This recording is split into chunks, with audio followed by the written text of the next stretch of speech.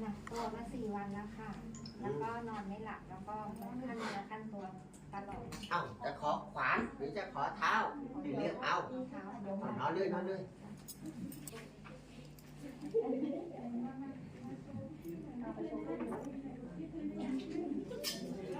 เอามือออกของท้องหน่อยนั่งที่200-300นะยานักดำยานักแดงงูเห่าดำเจ้ากรรมทั้งหมดเห็นแล้วนะเดินดูพี่ลงไหม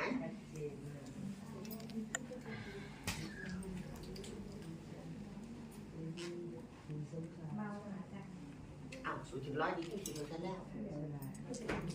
80%ค่ะ บางตัวก็ นี่ เย ได้ อะ แล้วเอาผมน้ำมนต์นะพี่นะ